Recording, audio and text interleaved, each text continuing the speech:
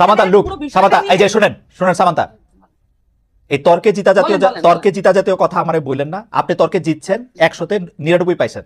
আপনার কথা আমি বুঝতে পারছি, থ্যাংক ইউ। জিজ্ঞেস করতে জি জি করেন যে আপনি উত্তর দিতে পারেন, স্নিগ্ধা উত্তর দিতে পারে, আমার কোনো সমস্যা নেই। প্রশ্নটা হচ্ছে ব্যক্তির স্বাধীনতার মাত্রা কতটুকু, কি কি এটা? ব্যক্তি স্বাধীনতার কোনো মাত্রা নাই সামান্তা, আমার উত্তর আমি দিলাম। ব্যক্তি স্বাধীনতার কোনো মাত্রা নাই।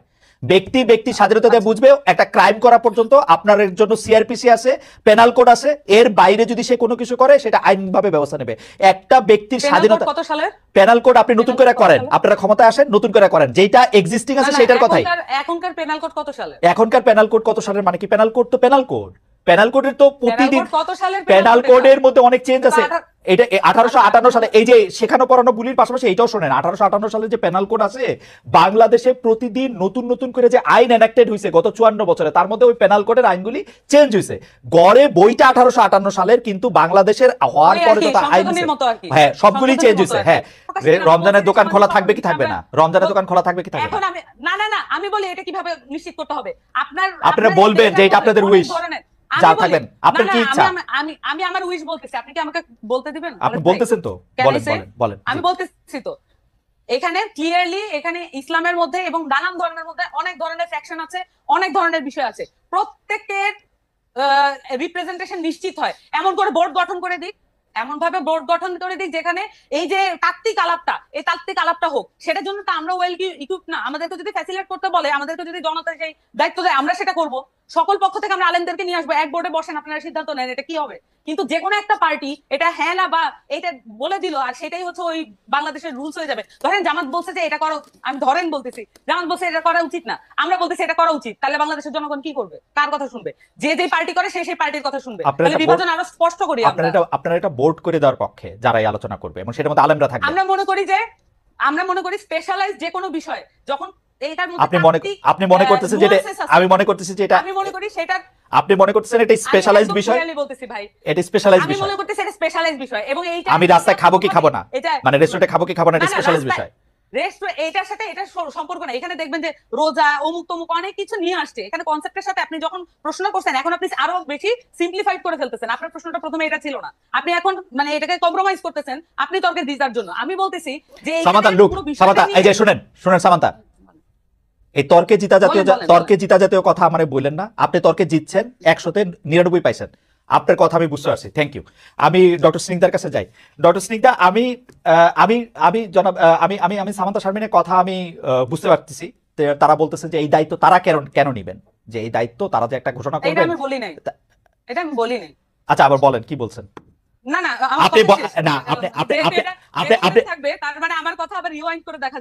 আপনি এটা বলতেছেন না যে এই সিদ্ধান্ত এনসিপি দিবে না, আপনি এটা বলেন নাই যে? আমি বারবার বলেছি এনসিপির কাছে যদি জনগণ সকলে মিলে বলুক এনসিপি এটা সলভ করতে হবে, কিন্তু তা তো না। এক একটা পলিটিক্যাল পার্টি, এক একটা জনগোষ্ঠী এক একটা পলিটিক্যাল পার্টি করে। তাহলে এই যে এতগুলো মানুষের দায়িত্ব তো আমরা যদি নিতে চাই, তাহলে আমাদেরকে তো ফর্মালি দিতে হবে। তাহলে আমরা সকলকে মিলে এটা একটা বোর্ড গঠন করে আমরা এই সমাধানগুলো দিয়ে দিই। কিন্তু আমাদের রাষ্ট্রীয় কাঠামো আছে, আমাদের ইসলামিক ফাউন্ডেশন নাই। এই সমস্যাগুলো সমাধান করা কি ইসলামিক ফাউন্ডেশনের দায়িত্বের মধ্যে পড়ে না? তাহলে আমরা যে ট্যাক্সের টাকা দিয়ে এই প্রতিষ্ঠানগুলো চালাই, তাহলে আমরা কেন ট্যাক্সের টাকাটা নষ্ট করি? ওকে, আমি আর কিছু বলতে চাই না, মোটামুটি এটা রিওয়াইন্ড করে দেখা যাবে। আচ্ছা, প্রথম কথা হলো যে ইসলামিক ফাউন্ডেশনের প্রসঙ্গটা যখন আসছে, ইসলামিক ফাউন্ডেশনের কথাতে আমরা জানি যে ইসলামিক ফাউন্ডেশন এসব ক্ষেত্রে আসলে ওই মানে স্পষ্ট অবস্থান নেয় না। আচ্ছা খালেদ ভাই, আমি একটা জিনিস জিজ্ঞেস করতে চাই। জি করেন। যে আপনি উত্তর দিতে পারেন, স্নিগ্ধা উত্তর দিতে পারে, আমার কোনো সমস্যা নেই। প্রশ্নটা হচ্ছে ব্যক্তির স্বাধীনতার মাত্রা কতটুকু, কি কি এটা? ব্যক্তি স্বাধীনতার কোনো মাত্রা নাই সামান্তা, আমার উত্তর আমি দিলাম। ব্যক্তি স্বাধীনতার কোনো মাত্রা নাই। ব্যক্তি স্বাধীনতা দিয়ে বুঝবে, একটা ক্রাইম করা পর্যন্ত আপনার জন্য সিআরপিসি আছে, পেনাল কোড আছে, এর বাইরে যদি সে কোনো কিছু করে সেটা আইনভাবে ব্যবস্থা নেবে।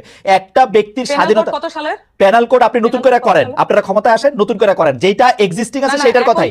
এখনকার পেনাল কোড কত সালের? এখনকার পেনাল কোড কত সালের মানে কি? পেনাল কোড তো পেনাল কোড, পেনাল কোডের তো প্রতিদিন কত সালের পেনাল কোডের মধ্যে অনেক চেঞ্জ আছে। এটা 1858 সালে, এই যে শেখানো পড়ানো বুলির পাশাপাশি এটাও শোনেন, 1858 সালে যে পেনাল কোড আছে, বাংলাদেশে প্রতিদিন নতুন নতুন করে যে আইন এনাক্টেড হয়েছে গত 54 বছরে, তার মধ্যে ওই পেনাল কোডের আইনগুলি চেঞ্জ হয়েছে। গড়ে বইটা 1858 সালের, কিন্তু বাংলাদেশের হওয়ার পরে যত আইন, হ্যাঁ সবগুলি চেঞ্জ হয়েছে। হ্যাঁ, তো যাই হোক, এইটা এখন যে জায়গায় দাঁড়ায় থাকে, আপনি যে হ্যাঁ। উত্তরটা দিচ্ছেন এটা কি মানে যে ব্যক্তি স্বাধীনতার যে সংজ্ঞাটা আপনি দিচ্ছেন, স্নিগ্ধাপা একটু সাইলেন্ট আছেন, অসুবিধা নাই, কিন্তু এই যে ব্যক্তি স্বাধীনতার যে ফরম্যাটটা বলছেন এটা কি যথেষ্ট ক্লিয়ার কাট হয়েছে কিনা? মানে আপনার কাছে কি মনে আমার হয়? যেমন আপনার কাছে কি মনে হয়? আপনার কাছে কি মনে হয়? আমি বলছি ব্যক্তি স্বাধীনতার আমি ক্ষেত্রে আমি উত্তর পাইনি, আপনি আমাকে আবার জিজ্ঞেস করেন প্রশ্নটা, এটা আমি আগে উত্তর দেই। ব্যক্তি স্বাধীনতার প্যারামিটার মানে এই আপনি মাত্র আমারে জিজ্ঞেস করছেন, আমি স্পষ্ট বলছি ব্যক্তি স্বাধীনতার কোনো সীমাবদ্ধতা নাই। ব্যক্তির স্বাধীনতার ওকে, সীমা হচ্ছে সীমাবদ্ধতা যেটা নাই, ব্যক্তির স্বাধীনতার সীমা হচ্ছে একটা ক্রাইম করা পর্যন্ত।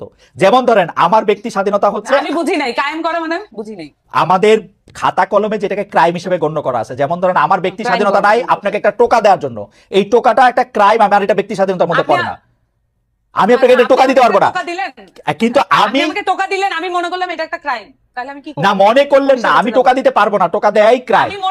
আমি মনে করলাম যে এটা একটা ক্রাইম, সেইটাই তো আমি তো বললাম যে টোকা দেওয়া তো আসলেই ক্রাইম, আমি আপনাকে টোকা দিতে পারবো না, কিন্তু আমি নিজে নিজে রাস্তায় দ্বারা খাইতে পারবো, এটা আমার ব্যক্তি স্বাধীনতা। রমজান মাস হলো, এটি তো তাহলে তো ক্লিয়ার হয়ে গেল। হ্যাঁ। মানে এই বিষয়গুলো দেখুন, আপনি আর আমি যখন আলাপ করতেছি তখন কিন্তু একটা আলাপের মধ্য দিয়ে এটা একটা মধ্যস্থতা হয়ে যাচ্ছে। কোনো মধ্যস্থতা হয় নাই, আপনি কিন্তু আমার কথা বুঝতেছেন না সামান্তা, আমার কথা বুঝতেছেন না। আমার কথা আপনি বুঝতেছেন না, আমি আরেকটু ভালো করে বলি। যেমন আপনার সাথে আমি যখন আলাপ করতেছি, যখন আমরা 3 জন মিলে আলাপ করবো, আমরা যখন 10 জন মিলে আলাপ করবো, কোনো না কোনো বিষয় এটা মধ্যস্থতা এবং এটা কমন গ্রাউন্ডে আসতে স্বাভাবিক। কিন্তু যখন একজন লোক হাতে একটা বেত নিয়ে একজন লোককে কান ধরে উঠবোস করায় তার পাওয়ার শো করে, এটার কোনো সমতা নাই, এটার কোনো আর্গুমেন্ট, এটা কোনো আলোচনা না। এটা হচ্ছে একজন লোক তার পাওয়ার শো করে আরেকজন লোককে ডমিনেট করতেছে, এটা হচ্ছে এই জিনিস। তার মানে এটা পরিষ্কার ভাবে এটা অন্যায়, এটা করা ঠিক হয় নাই। এবং এইটার আপনি ব্যাপারে আমাকে জিজ্ঞেস করছেন- আমি জানতে চাইছিলাম এটার ব্যাপারে এনসিপির কি অবস্থা। না না, এটা এনসিপির অবস্থান তো আমি বললাম, এর চেয়ে ক্লিয়ার আর কোনো মানে আপনারা দুইজনই আমাকে বেশ একটা ট্রায়ালের মধ্যে নিলেন যে আমি কোনোভাবেই এটা ক্লিয়ার অ্যান্সার দিচ্ছি না। How can I be clear more than this? যে আমি বারবার বলতেছি যে এইখানে একটা লোক বারবার তাকে ডমিনেট করার চেষ্টা করতেছে, ক্লিয়ার ডমিনেশন যেটা, কোনোভাবে সমতা নাই। এখন ধরেন আমরা যখন আমাদেরকে এখানে বলা হয় যে আমরা ফাইট করছি ইয়ার সাথে, মানে আওয়ামী লীগের সাথে, এটা একটা অসম লড়াই ছিল, আমাদের ছেলেপেলের হাতে ছিল লাঠি আর ওখানে ছিল বন্দুক আর উপর থেকে এয়ার স্ট্রাইক, তাহলে এটা কিভাবে সমতার ভিত্তিতে? এটা তো লড়াইও না, এটা হচ্ছে পুরো খুন করার জন্য একেবারে আক্রমণ। তা এইটাও একই রকম একটা জিনিস, একটা লোক সে একটা পরিষ্কার সুন্দর জামা কাপড় পরা, পাঞ্জাবি পরা, এবং সে হচ্ছে লাঠি দিয়ে একজনকে বলতেছে, তার যে সামাজিক হায়ার অবস্থান সেটা সে মিসইউজ করে আরেকটা সামাজিক ভাবে লোয়ার অবস্থানে একটা খেটে খাওয়া মানুষকে, তার জীবনের গল্প তো কেউ জানে না, এবং সেই প্রেক্ষিতে আমি জানতে চাইছিলাম যে এনসিপি রেস্টুরেন্ট খোলা রাখা, বন্ধ রাখা, কেউ এই ধরনের কাজ করানোর জন্য এটা সাপোর্ট করে কিনা? দুইটা সেপারেট জিনিস হ্যাঁ, খালেদ ভাই, এটা দুইটা